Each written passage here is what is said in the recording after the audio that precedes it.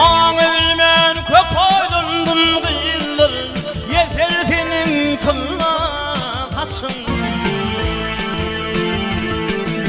Ağını bilmän köp oýlandym gyýylar, yeter kılına kaçın.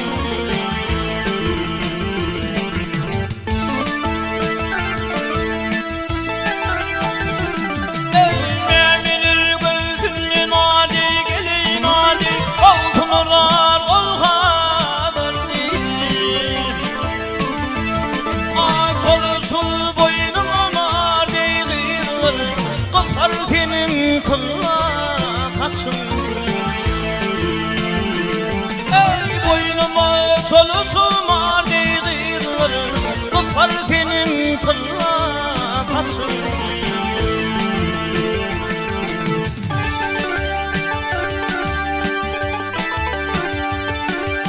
Ey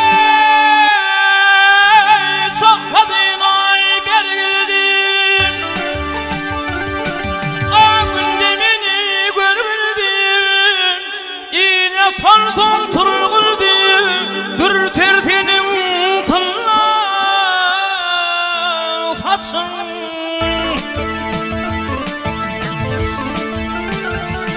Ey gelir tenine gödedi, gelmedi, nefes bakıyla söyledi.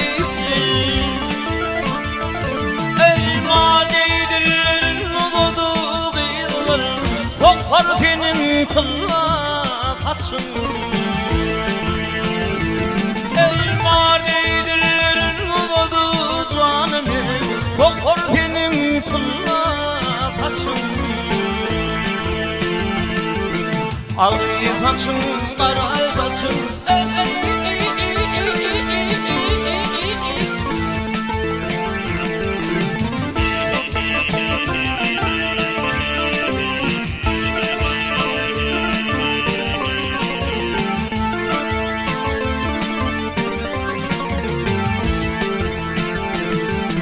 mardi dillerin uzadı canım, mardi kolların uzadı kıyılar, kokar senin kılla saçın.